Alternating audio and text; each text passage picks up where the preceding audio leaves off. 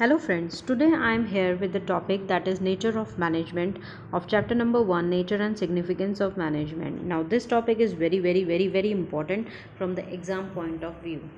Now let's start without wasting any time. Natures of management क्या कहना चाहता है? Nature of management जो है वो कहना चाहता है some authors regards management as a science, but there are well tested and experiment principles of management. Some authors describe management as an art because more practice is required in management, and some authors consider that management is going towards the path of professions. अब इसमें क्या है, इसमें एक debate type है. Debate type means हम पढ़ेंगे कई ऑथर्स जो हैं वो कहते हैं कि मैनेजमेंट जो है वो क्या है, साइंस है. मैनेजमेंट इज़ अ साइंस, ठीक है, बिकॉज इसमें एक्सपेरिमेंटेड प्रिंसिपल्स ऑफ मैनेजमेंट्स आते हैं जो कि हम लेटर वीडियोस में या लेटर नेक्स्ट चैप्टर में पढ़ेंगे ना. कई ऑथर्स जो हैं दूसरे और some authors are describing that management is an art. Management art है क्योंकि इसमें मोर प्रैक्टिस रिक्वायर्ड है. आर्ट में क्या होता है, ज़्यादा से ज़्यादा प्रैक्टिस होती है, तो मैनेजमेंट में प्रैक्टिस रिक्वायर्ड होती है. एंड सम ऑथर्स जो हैं वो कहते हैं कि management is going toward the path of profession. अब मैनेजमेंट जो है एक प्रोफेशन बनता जा रहा है, सम ऑथर्स ये कहते हैं.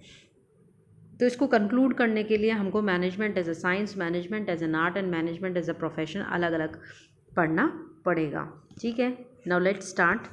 To conclude whether management is science, art और प्रोफेशन, हमको ये पता लगाना है कि मैनेजमेंट साइंस है, आर्ट है या प्रोफेशन है. We must understand the features and meanings of science, art and profession and compare them with management meaning and features. हमको क्या करना पड़ेगा, we have to compare the definition of science, art and profession from the definition of management. अब management आपको पता है सारी चीज़ें क्या होता है. management is an art of getting things done through others, but इससे science, art और profession कैसे बन जाता है.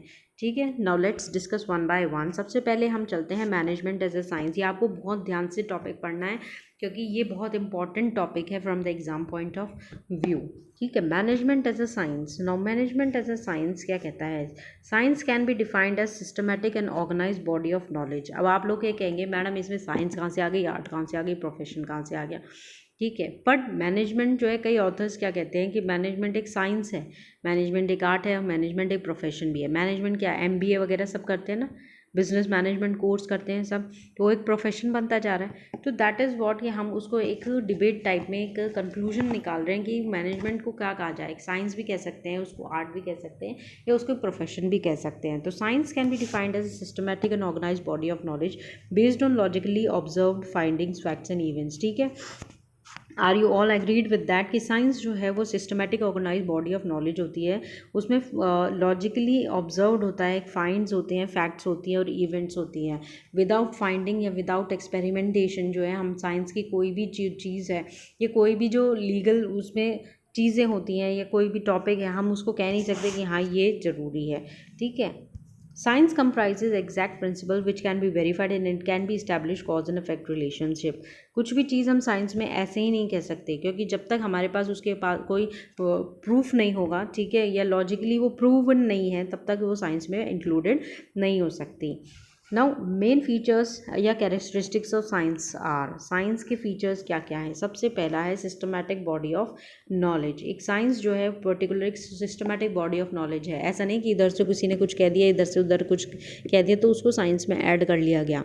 देयर आर सम ऑथर्स, उनकी लॉजिकली फाइंडिंग्स होती हैं, उनकी एक्सपेरिमेंटेशंस होती हैं, तभी वो साइंस में इंक्लूड होता है. In science, organized and systematic study material is available, which is used to acquire the knowledge of science. ठीक है, like science, एक science जो है उसमें organized और systematic study material चाहिए होता है, logically findings होती है, facts होते हैं, events होते हैं, तभी जाके कोई science में चीज़ें include होती हैं. Like in science, अब management में भी क्या है, management also there is an availability of systematic organized study of material. अब मैनेजमेंट को अगर हम साइंस से कंपेयर करें तो वो क्या कह रहा है कि मैनेजमेंट भी जो है उसमें एक सिस्टमैटिक या ऑर्गेनाइज स्टडी मटेरियल हमको चाहिए. कैसे, क्योंकि मैनेजमेंट, अगर मैनेजमेंट एक खुद में ही बहुत बड़ा वर्ड है, अगर मैनेजमेंट नहीं होगा तो सिस्टमेटाइज्ड चीज़ें नहीं होंगी. ठीक है, तो जो सिस्टमेटिक चीज़ है वो साइंस भी है और सिस्टमेटिक चीज़ वो मैनेजमेंट भी है. तो हम क्या कह सकते हैं कि ये जो फीचर है साइंस का वो प्रेजेंट है मैनेजमेंट में. ठीक है, दोनों ही systematic body of knowledge science में भी चाहिए और मैनेजमेंट में भी चाहिए। देन नेक्स्ट जो कह रहा है वो है हमारा principles are based on observation and experimentation. ठीक है, अब प्रिंसिपल्स जो बेस्ड हैं एक्सपेरिमेंटेशन पे और observation, scientific principles are developed through observation and then tested through repeated experiments. ठीक है, जो साइंस है उसमें क्या होता है कि ऑब्जर्वेशंस होते हैं, ठीक है, उसी के बाद वो टेस्ट होता है, रिपीटेड एक्सपेरिमेंट्स होते हैं, तब जाके वो साइंस में आता है। नाउ इन मैनेजमेंट क्या होता है, मैनेजमेंट में management principles are also developed through observation experiment, but since management deals with human being and human behaviour cannot be observe with full objectivity, some kind of subjectivity में enter. तो अब ये क्या कह रहा है कि साइंस में तो पर्टिकुलर पूरा ऑब्जर्वेशन होता है, उसको टेस्ट होता है उसका, और रिपीटेड एक्सपेरिमेंट्स होते हैं उसके। तो मैनेजमेंट प्रिंसिपल्स में क्या होता है, मैनेजमेंट प्रिंसिपल में भी ऑब्जर्वेशंस होते हैं, एक्सपेरिमेंटेशंस होते हैं। कैसे कि अगर हमने ये चीज़ कर दी तो ऐसा हो जाएगा, इस तरीके से कहा तो ऐसा हो जाएगा, या इस तरीके से बनाया तो ये हो जाएगा, मतलब एक्सपेरिमेंट्स तो उसमें भी हैं। पर जो साइंस है वो तो एक पर्टिकुलर फैक्ट से जो है डील करती है, बट मैनेजमेंट जो है पर्टिकुलर ह्यूमन बीइंग से डील करता है। किससे करता है, ह्यूमन बिहेवियर से, ह्यूमन बीइंग से करता है। तो हम कह नहीं सकते कि पूरी तरीके से ये वाला जो फीचर है ऑब्जर्वेशन का, जो है फीचर हमारा ऑब्जर्वेशन एक्सपेरिमेंटेशन का, वो फुली इसमें मैनेजमेंट में प्रेजेंट है। तो हम क्या कह सकते हैं, हम कंक्लूजन पे आ सकते हैं कि feature of science is partially present, so management can be called as inexact science. हम इसको अभी क्या कह सकते हैं कि इन एग्जैक्ट साइंस है। और इसके पीछे बेसिक रीज़न क्या है, बेसिक रीज़न ये है कि दोनों ही हम एक्सपेरिमेंट करते हैं, हम ऑब्जर्व भी करते हैं, पर साइंस जो है वो फैक्ट से होता है, बट इसमें जो मैनेजमेंट है वो ह्यूमन बीइंग या ह्यूमन बिहेवियर उसमें इन्वॉल्व होता है, दैट इज़, इसीलिए हम इसको इन एग्जैक्ट साइंस भी कह सकते हैं। Then third is universal validity. Universal validity मतलब क्या होता है, universal validity, scientific principles have universal application and validity, that means they give same results in all situations। Science में आप कितना भी एक्सपेरिमेंट कर लो, ठीक है, किसी भी चीज़ का रिपीटेड वो एक ही रिजल्ट आएगा कि इससे ये पर्टिकुलर यही केमिकल बन रहा है। ठीक है, management principles are not exact like scientific principles, so their application and use is not universal. Management principles जो होते हैं वो साइंटिफिक प्रिंसिपल्स नहीं हो सकते, बिकॉज अलग अलग तरह के मैनेजमेंट हो सकता है। कोई पर्टिकुलर ये नहीं कि हमने इस तरीके से मैनेजमेंट किया तो हमारा यही रिजल्ट आएगा, अगर इस तरीके से किया, दूसरे तरीके से हमने टाइम टेबल बना लिया या दूसरे तरीके के प्रोडक्शन में ये कर दिए तो हमारा मैनेजमेंट जो है वो सेम रिजल्ट आएगा, ऐसा नहीं है। ठीक है, उसमें अलग अलग रिजल्ट्स भी आ सकते हैं, बट साइंस में ऐसा नहीं है। साइंस में अगर आपको एक पर्टिकुलर केमिकल बनाना है तो वो पर्टिकुलर जो भी चीज़ें हैं या जो भी केमिकल्स हैं जो यूज़ हो रहे हैं वही होंगे और सेम रिजल्ट उसमें आएगा। तो हम क्या कह सकते हैं, they have to be modified according to the given situation, so this feature of science is not present in sorry, this feature of science is not present in management. तो अब देखिए हमने तीन जो हैं पॉइंट्स पढ़े थे, सिस्टमैटिक बॉडी ऑफ नॉलेज पढ़ा, principle based on observation experimentation पढ़ा, और यूनिवर्सल वैलिडिटी पढ़ा। ठीक है, अब इन तीनों में से आपको जो है सबसे पहला सिस्टमैटिक बॉडी ऑफ नॉलेज हमने जो फीचर पढ़ा वो ही फीचर जो है मैनेजमेंट में इंक्लूडेड है। ठीक है, सेकेंड वाला जो है वो पार्शली प्रेजेंट है और थर्ड वाला तो बिल्कुल ही नहीं है। तो हम कंक्लूजन क्या कर सकते हैं, you have to write the conclusion in exam, it is important, ये तो लिखना ही है, कंक्लूजन ज़रूर लिखना है। ठीक है, अब कंक्लूजन क्या कह रहा है, on comparing the features of science with management we find that one feature of science is present in management, जो कि फर्स्ट वाला था systematic body of knowledge, where as two are not present. जो दो हैं बाकी यूनिवर्सल वैलिडिटी और observations वाला, एक्सपेरिमेंटेशंस वाला, वो प्रेजेंट नहीं है। So management can not be considered pure और exact science, but we can call it an inexact science और सोशल साइंस। हम क्या कह सकते हैं इसको, इन एग्जैक्ट साइंस या सोशल साइंस, जो कि बहुत इंपॉर्टेंट है, ये लाइन बहुत इंपॉर्टेंट है। हमको ये भी बताना पड़ेगा कंक्लूजन में कि कौन से पॉइंट्स जो हैं वो साइंस से, मैनेजमेंट से या साइंस से मिलते जुलते हैं और कौन से नहीं हैं, और that is why we are calling management as an inexact science. ठीक है, तो ये फर्स्ट हमारा वो था कि साइंस से हमने इसको कंपेयर किया कि हमारा जो मैनेजमेंट है और हमारा जो साइंस है ठीक है, क्या वो दूसरे से इंटर रिलेटेड हैं। और हमने जब ये 3 जो प्रिंसिपल या टॉपिक्स हैं वो पढ़े, फीचर्स पढ़े साइंस के, तो हमें उसमें ये पता चला कि जो first systematic body of knowledge है वो साइंस में प्रेजेंट है, और अदर 2 जो टॉपिक्स है they are not present in the management. तो फर्स्ट हमारा ये कंक्लूजन निकल के आता है कि management is an inexact science. हम साइंस नहीं कह सकते मैनेजमेंट को, क्या कह सकते हैं, management is an inexact science. Now management as a science, हम इसको एक डायग्रामेटिकली देख सकते हैं कि मैनेजमेंट और साइंस क्या कहना चाहता है कि कौन कौन से फीचर्स है जो मैनेजमेंट में प्रेजेंट है और कौन से नहीं है। Features of science which is also present in management, वो कौन सा है, systematic body of knowledge. Features of science which is partially present, principle based on repeated experiments, and features of science which is not present in management, that is universal validity। ठीक है, then next आता है यहाँ पर management as an art. अब management क्या art है, हमने पहले पढ़ लिया, साइंस जो है वो तो इनएग्जैक्ट है। अब क्या मैनेजमेंट आर्ट है, चलिए नाउ फीचर्स हमको पढ़ने पड़ेंगे इसके आर्ट के। सबसे पहले management art can be defined as systematic body of knowledge which require skill, creativity and practice to get perfection.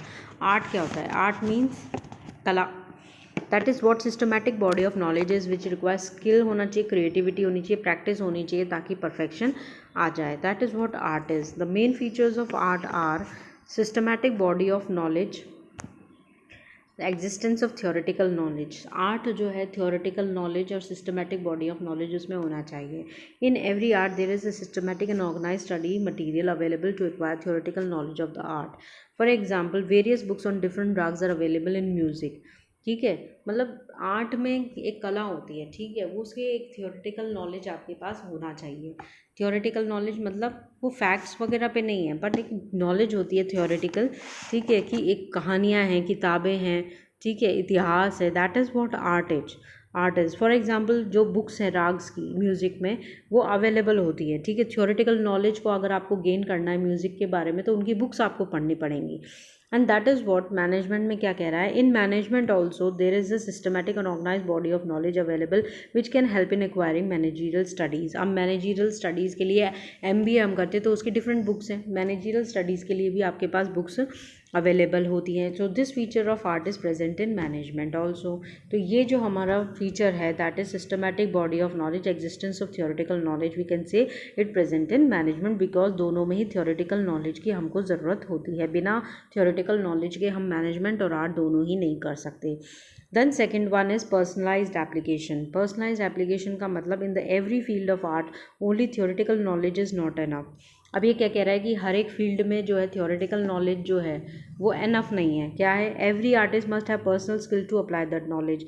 अगर आपके पास वो नॉलेज तो है, ठीक है, बट स्किल नहीं है उसको अप्लाई करने के लिए तो उसका कोई यूज़ नहीं है, ठीक है। For example all musicians learn same ragas but they apply this raga according to the personal skill which makes the different. अब हम इंडियन आइडल देखते हैं, ठीक है, इंडियन आइडल में क्या है, आवाज़ सबके पास है, ठीक है, पर कोई सेलेक्ट होता है कोई सेलेक्ट नहीं होता, तो वो थियोरेटिकल नॉलेज सबके पास है, ठीक है, पर उसको स्किल, उसकी जो स्किल है उसको यूज़ करने का तरीका है वो हर एक के पास नहीं होता, ठीक है। पर्सनल स्किल जिसके पास होगी वही वो पर्सनलाइज्ड एप्लीकेशन या आर्ट में उसको कर सकता है। देन इन मैनेजमेंट ऑल्सो, अब मैनेजमेंट में क्या कहना है वो, management also all managers learn same management theories and principles. Management में क्या होता है कि सारे जो भी मैनेजर्स हैं एक ही ट्रेनिंग पे जाते हैं, ठीक है, मान लो वो ट्रेनिंग पे गए, एक ही टीचर ने उनको वो चीज़ पढ़ाई, ठीक है, तो कई जो है वो अलग तरीके से पढ़ते हैं, कई अलग तरीके से पढ़ते हैं, उनका प्रेजेंट करने का तरीका अलग अलग होता है। हालांकि पढ़ाया सेम चीज़ है पर जो उन्होंने ग्रैस्प किया है चीज़ वो अलग अलग तरीके से की है। But their efficiency depends on how well they use the principles under different situations by applying personal skills, ठीक है। तो किस तरीके से जो है सिचुएशंस में अपने पर्सनल स्किल्स को अप्लाई करते हैं डिफरेंट सिचुएशंस, वो आता है मैनेजमेंट में। यही है, जैसे फॉर एग्जांपल आप अपना ही एग्जांपल ले लीजिए, आपकी क्लास में देर आर मान लो 20 स्टूडेंट्स आर देयर, ठीक है, 20 स्टूडेंट्स हैं। अब एक ही टीचर उन सबको एक ही सब्जेक्ट पढ़ाती है, ठीक है, एक चैप्टर पढ़ा दिया, वही चैप्टर वो सारे 20 स्टूडेंट्स पढ़ रहे हैं, ठीक है। पर क्या हो रहा है कि एग्ज़ाम में जब हुआ तो किसी के 9 आ रहे हैं, किसी के 10 आ रहे हैं, फुल मार्क्स आ रहे हैं, किसी के 9 आ रहे हैं और किसी के 0 ही आ रहे हैं और किसी के 1 आ रहे हैं। क्यों आ रहा है ये सब, क्योंकि नॉलेज सबके पास है पर वो उसकी स्किल यूज़ नहीं कर पा रहा है कि वो किस तरीके से उसको प्रेजेंट करे, या कोई लर्न ही नहीं कर पा रहा है। तो दैट इज़ व्हाट मैनेजमेंट कहता है कि एक पर्सनलाइज नॉलेज हो, थियोरेटिकल नॉलेज होना बहुत अच्छी बात है, ठीक है, पर उसको अप्लाई करना, उस स्किल को यूज़ करना, वो एक अलग तरीका होता है। सो this feature of art is also present in management. तो हम कंक्लूजन क्या निकाल सकते हैं कि ये जो फीचर जो है वो भी मैनेजमेंट में प्रेजेंट करता है। Then third one is based on practice and creativity. Practice and creativity. अब artist requires regular practice of art to become more fine and perfect. ये आप सब एग्री करते हैं कि कोई भी आर्टिस्ट हो, कोई भी कलाकार हो, वो जितनी ज़्यादा प्रैक्टिस करेगा उतना ही ज़्यादा वो उसमें परफेक्ट बनेगा।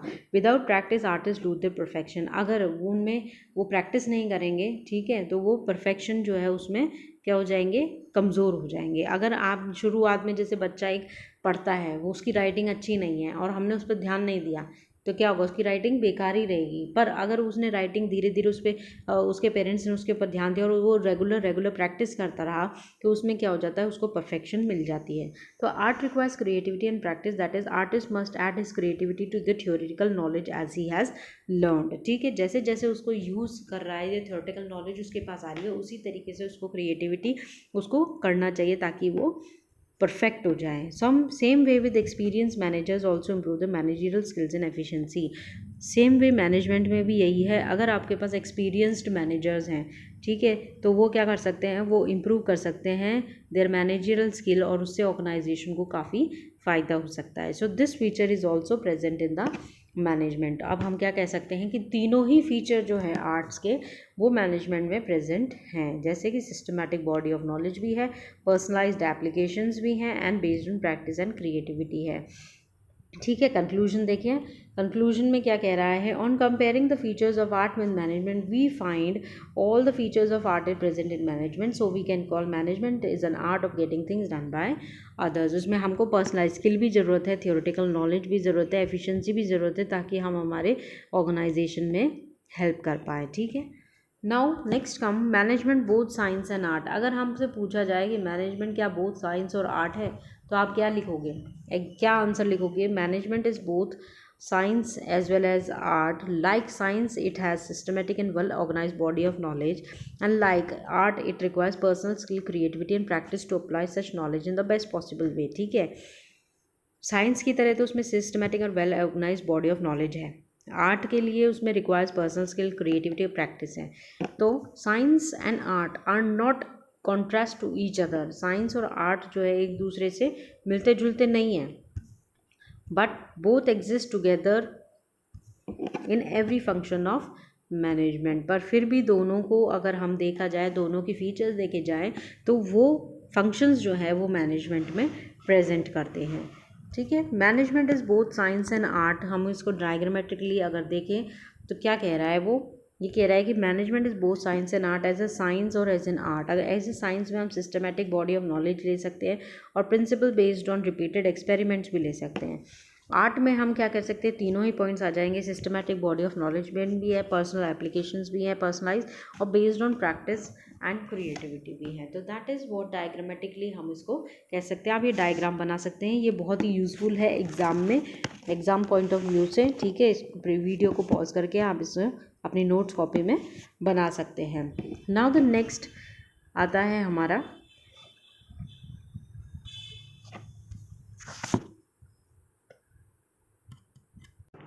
नाउ द नेक्स्ट है मैनेजमेंट एज अ प्रोफेशन। अब आता है मैनेजमेंट एज अ प्रोफेशन।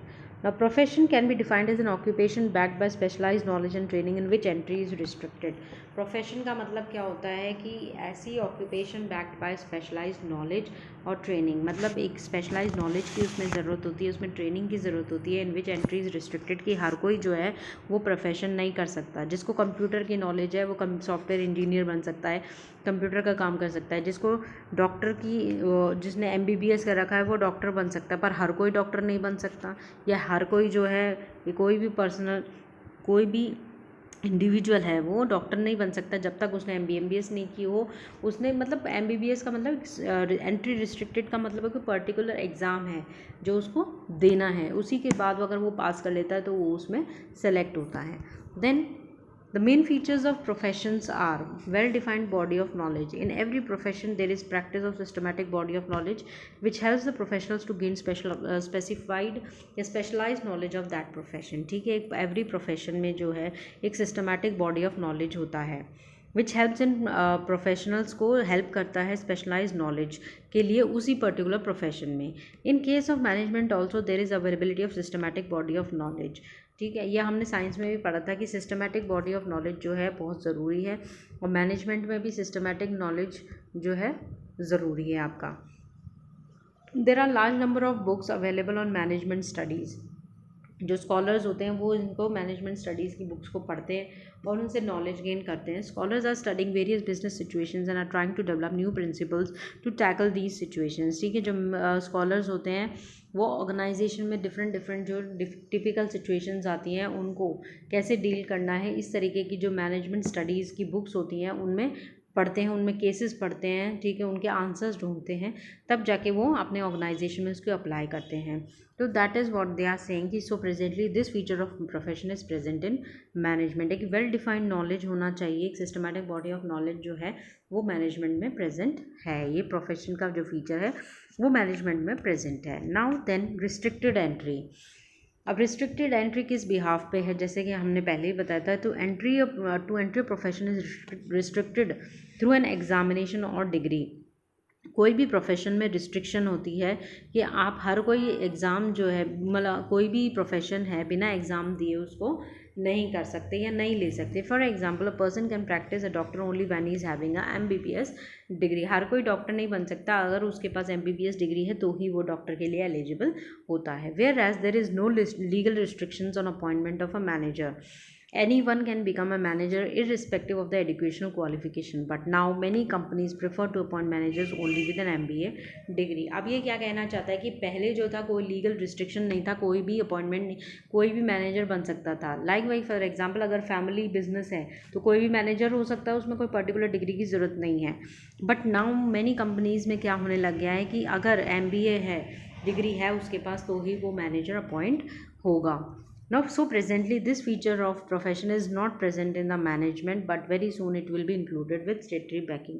भाई एक रिस्ट्रिक्शन जो होती थी पहले नहीं थी, पर अब वो धीरे धीरे जो है वो बनती जा रही है कि एक रिस्ट्रिक्शन होना चाहिए. दैट इज़ फॉर एग्जाम्पल कि उसके पास MBA डिग्री होनी चाहिए. तो ये धीरे धीरे जो फीचर है वो मैनेजमेंट की तरफ होता जा रहा है. ठीक है. Then third is presence of professional associations. Now, presence of professional associations का मतलब क्या है? For all the professions, special associations are established and every professional has to get himself registered with the association before practicing that profession. ठीक है, कोई भी profession है, कोई भी प्रोफेशन से जुड़ने के लिए आपको पर्टिकुलर ट्रेनिंग जो है वो दी जाती है. For example, doctors have to get themselves registered in medical council of India, lawyers with bar council of India. एक पर्टिकुलर रजिस्ट्रेशन होना जरूरी है. लाइक डॉक्टर हैं तो उसको एक मेडिकल काउंसिल ऑफ इंडिया है उसमें रजिस्ट्रेशन करवाना है. लॉयर है, बार काउंसिल ऑफ इंडिया में रजिस्ट्रेशन कराना है. But in case of management हम अगर कहें, in case of management various management association are free set up at national and international level which have some membership rules and set of ethical codes. अब धीरे धीरे क्या हो रहा है कि मैनेजमेंट में भी एक ऑर्गेनाइजेशन में एक एथिकल कोड्स ऑफ कंडक्ट जो है वो बनता जा रहा है, जिसको हम डिनाई नहीं कर सकते. For example, AIMA in New Delhi, national institute of personnel management at Kolkata, ठीक है, etcetera. But legally it is compulsory for manager to become a part of this organisation by registration. अब धीरे धीरे मैनेजमेंट को भी एक प्रोफेशन बनाया जा रहा है. ठीक है. So presently this feature of profession is not present in management, but very soon it will also be included and get statutory backing also. की जैसे जो डॉक्टर्स हैं, लॉयर्स हैं, वो इन पर्टिकुलर एक आपका जो काउंसिल है उसमें रजिस्ट्रेशन होता है, वैसे ही मैनेजमेंट में भी आप पर्टिकुलर कॉलेजेस में या कोई पर्टिकुलर एक बॉडी बनाएंगे, सिस्टमैटिक बॉडी ऑफ, उसमें उसको रजिस्टर्ड होना पड़ेगा. Then fourth one is existence of ethical codes. Ethical codes क्या कहते हैं? For every profession there are sets of ethical codes fixed by professional organisation and are binding on all the profession of that profession. क्या कह रहा है? Every profession में एक ethical code of conduct होता है. ठीक है, एथिक्स होते हैं जिसके बियॉन्ड आप नहीं जा सकते, वो एक बाइंडिंग है आपके लिए. एक डॉक्टर जो है, जैसे आजकल जो चल रहा है आपका ठीक है, डॉक्टर्स जो है कोई भी अनएथिकल चीज़ें पेशेंट के साथ नहीं कर सकता। In case of management there is growing emphasis on ethical behaviour of managers. All India management association had devise code of conduct for Indian managers. एक कोड ऑफ कंडक्ट का मतलब क्या होता है? पर्टिकुलर रिस्ट्रिक्शन, जो हम कहते हैं ना, हम प्रतिज्ञा लेते हैं कि हम इस तरीके से नहीं करेंगे, इस तरीके। तो एक डॉक्टर एक पेशेंट के साथ अनएथिकल कोड ऑफ कंडक्ट में नहीं कर सकता। अगर वो ऐसा करता है तो उसको पनिशमेंट मिलेगी। ठीक है, तो ऑल इंडिया मैनेजमेंट एसोसिएशन जो है उन्होंने डिवाइस किया है code of conduct for all the Indian managers, but legally it is not compulsory for all the managers to get registered with AIMA and abide by the ethical code। मैं कह रही हूँ ना कि अभी धीरे धीरे जो है ये सारी चीज़ें होती जा रही हैं, और आगे के जो सिनेरियो है उसमें ये धीरे धीरे चीज़ें जो हैं they will add these types of ethical code of conduct for the managers also। So presently this feature of profession is not present in management, but very soon it will be also included। ठीक है, तो अब धीरे धीरे क्या है, जितने भी हमने फीचर्स पढ़े हैं वो धीरे धीरे क्या है मैनेजमेंट में इंक्लूड होते जा रहे हैं। अभी तक नहीं है पर धीरे धीरे वो हो जाएंगे। एंड द फिफ्थ वन है सर्विस मोटिव। अब सर्विस मोटिव में वो क्या कहता है? The basic motive of every profession is to serve the clients with dedication. ठीक है, कोई भी प्रोफेशन हो, चाहे वो टीचर है, चाहे वो लॉयर है, चाहे वो डॉक्टर है, ठीक है, सभी को ही अपने प्रोफेशन में अपने डेडिकेशन से काम करना चाहिए। Whereas basic purpose of management is achievement of management goal. पर मैनेजमेंट का जो हमारा अचीवमेंट होता है वो क्या होता है कि हमको हमारा गोल अचीव करना है। For example, for a business organisation goal can be profit maximisation, but Nowadays profit maximization cannot be the soul of the enterprise। ये हमने पहले वीडियो में पढ़ लिया कि ऑब्जेक्टिव्स ऑफ मैनेजमेंट क्या है, कि प्रॉफिट मैक्सिमाइजेशन जो है पर्टिकुलर कंपनी का एक गोल नहीं है। गोल क्या है? To survive in the market for longer period of time.